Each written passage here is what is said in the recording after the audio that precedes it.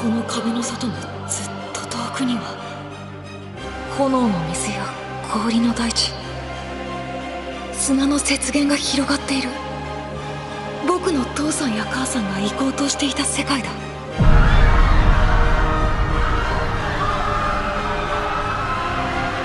外の世界。ヘレン、答えてくれ。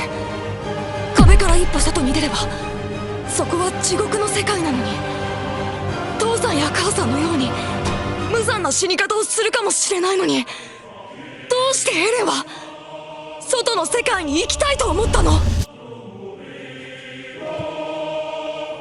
うしてだって、そんなの決まってんだろ。俺がこの世に生まれたからだ。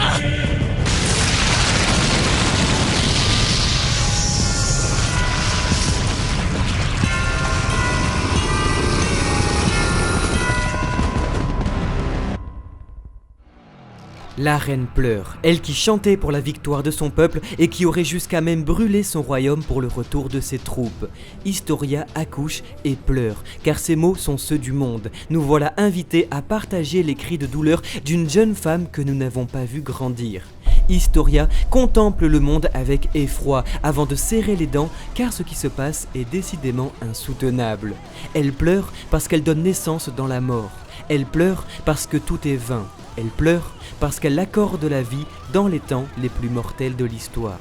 La dernière descendante royale d'Eldia offre ses larmes, car à travers le monde où ces titans frappent, pourrait s'y trouver un jeune Eren, source d'un vertige et de vengeance intarissables.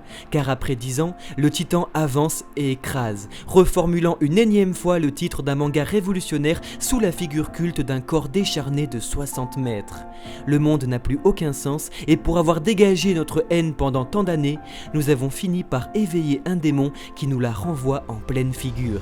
La reine pleure pour s'être éprise d'un monstre. Mais ses larmes et cris n'étoufferont pas ceux du monde en sang, et elle le sait, car finalement, c'est pour ça qu'elle pleure.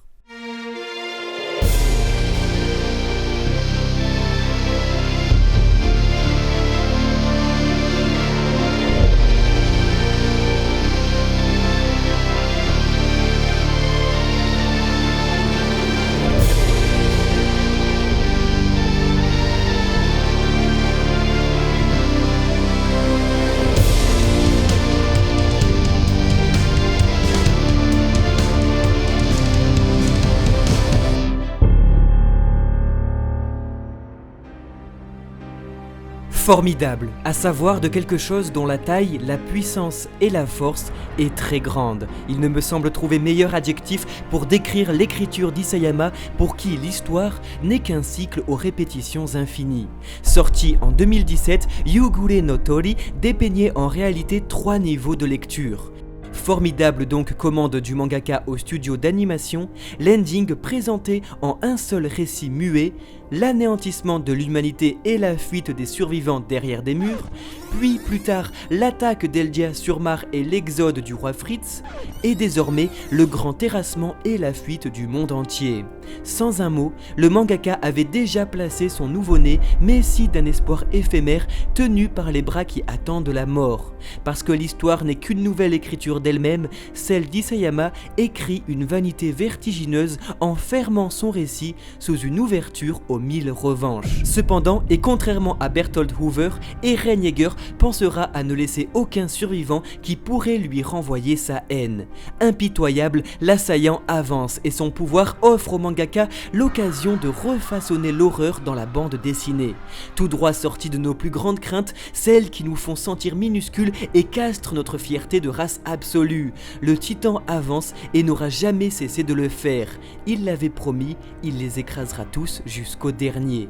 Peignant la fin de l'humanité, rien n'est épargné. On ne parle plus d'empire ou île fictive, mais bien de notre monde, car dans un souci d'empathie, l'attaque des titans est transposée de Londres jusqu'au Japon en passant par l'Orient. L'auteur ne fait preuve d'aucune timidité à présenter le jugement dernier et l'horreur en noir et blanc, où chaque page est un tableau d'une grandeur biblique qui gagnera ici, comme chez son collègue Kentaro Miura, leur place dans la représentation de l'enfer faire dans l'art, réduisant à néant l'humanité dans un terrible et très angoissant spectacle et enchaînant des scènes surréalistes de cauchemars éveillés. En effet, pourvu d'un culot sans précédent, l'attaque des titans donne à sa réalité diégétique des notes d'apocalypse religieuse, où les masses subissent le courroux d'un chasseur qui, fatigué de jouer aux hommes, venait de devenir Dieu. Le mangaka multiplie alors les instantanés mortels, offrant des notes d'une cinématographie intense où la mort est capturée au moment où elle surgit, à ce moment de rupture qu'aucun lecteur ne peut ignorer. La terre s'ouvre en deux et les hommes tombent en enfer. Maîtrise du mangaka à nous offrir depuis 10 ans une plastique cauchemardesque allant de la détresse de l'homme dans son regard jusqu'au salut de l'humanité dans sa prière. En effet, unique et dernier recours dans l'impuissance, c'est à genoux les mains jointes que l'homme prie pour la vie, que ce soit un mari au paradis ou une femme en enfer. Un paysage macabre qui nous rappellera les larmes de Grisha Jäger au chapitre 121, ayant déjà vu ce que nous venons, nous lecteurs, de découvrir dans ce 134e chapitre. Les perspectives et le nombre de sujets mêlent le surréalisme à la suite directe des événements, faisant du final de l'attaque des titans une réalité onirique. Car décidément, on croit rêver, mais le réveil n'arrivera pas, et dans ce monde, ceux qui ne se battent pas ne peuvent gagner. Au chapitre 131, nous apercevions Eren questionnant son destin en pensant à sa mère à travers la figure d'une jeune femme enceinte. Des années plus tard, la voilà jeune maman, âme perdue dans un torrent d'iconographie moyenâgeuse faisant la part belle à une plastique occidentale tant chérie par Isayama. Alors, celle qui avait retenu le regard du diable portant la vie dans son ventre offre ici la sienne pour son enfant, dans un ultime geste dicté par son instinct, et comme des animaux, les hommes élèvent tout ce qu'il y a de plus direct à leur survie, comme totem aux dieux, comme salut, comme désabus, comme supplication, comme conjuration. Enfin, peut-être, comme espoir. La reine accouche et à l'autre bout du monde, un nourrisson attend la mort. La rencontre entre la fin et le début, entre la mort et la vie. Et parce que cette dernière trouvera toujours un moyen, il est fort probable que le grand terrassement s'arrête juste devant ce début de vie. Ainsi, le diable se souviendrait que lui aussi avait une mère. C'est donc avec émotion que nous découvrons enfin le visuel du fameux son de la fin. Partagé comme un souvenir du futur par le mangaka, cet extrait était le clou du spectacle d'une exposition sur l'attaque des titans au Japon en 2019. Prétexte à un souvenir de l'assaillant, ce son semble acousmatique et comme si nous l'entendions depuis la place d'Eren dans l'originel. C'était l'une des premières vidéos de notre chaîne où nous essayions de deviner ce qui pouvait s'y trouver. Désormais, nous savons et nous pouvons présenter enfin les images illustrant le final de l'attaque des titans.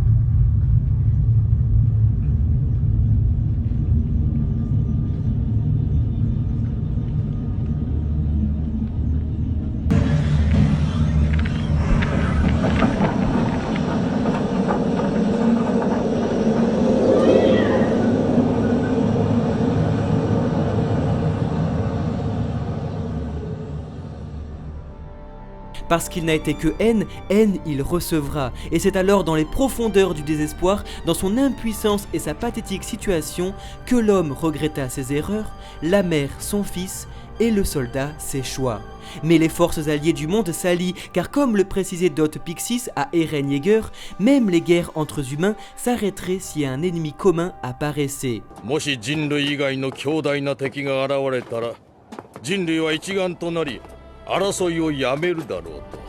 Seulement, après un échec naval, c'est au tour de l'aéronautique d'échouer.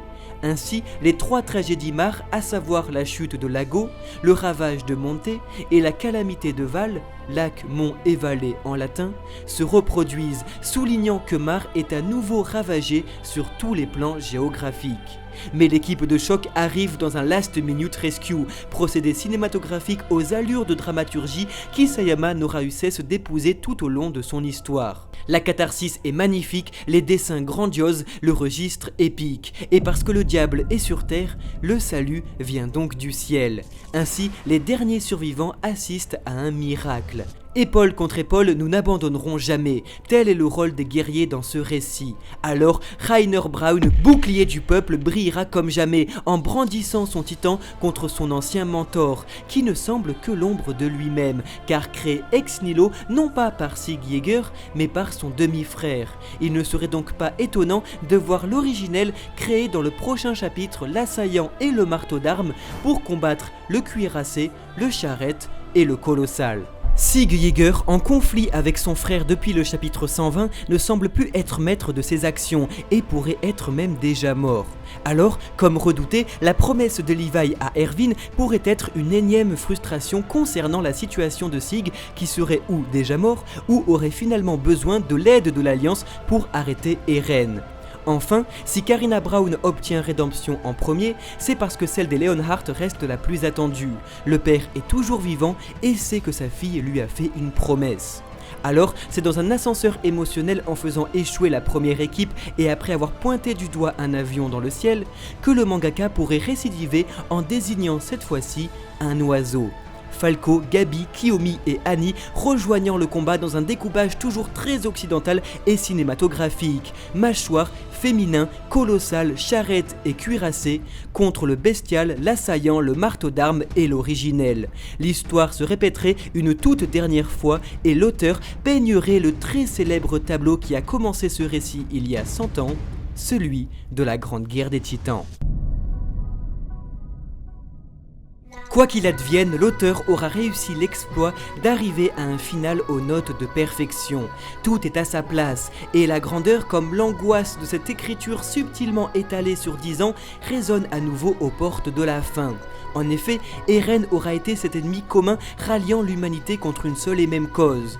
Mais Dot Pixis n'avait pas précisé ce jour-là qu'elle finirait vainqueur. Depuis toujours, le mangaka assure une fin blessante pour ses lecteurs. Pendant longtemps, nous avions pensé que la mort d'Eren pouvait satisfaire la pulsion de mort de son auteur.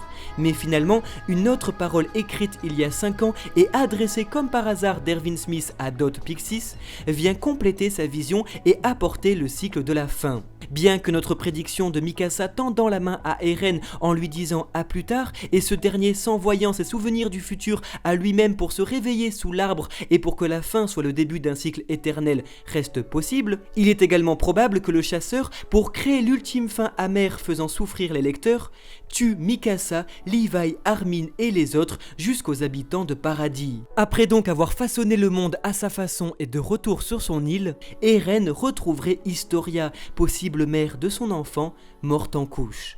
Alors, fruit de sa folie et dernier humain sur terre, il se rendrait à la mer et contemplerait, les pieds dans l'eau, un monde qui ne lui est plus décevant, un monde qu'il avait pointé du doigt en clamant liberté. Désormais, c'est chose faite, tenant son enfant là où il était prisonnier, lui disant qu'il est enfin libre. Alors, la phrase d'il y a 5 ans, prononcée par Erwin Smith, prend enfin son sens. Après tout, n'existait-il pas une chanson à propos du jour où les êtres humains cesseraient de s'affronter ? Car les conflits entre hommes ne cesseront qu'à la condition que l'humanité tout entière ne soit réduite qu'à un seul individu.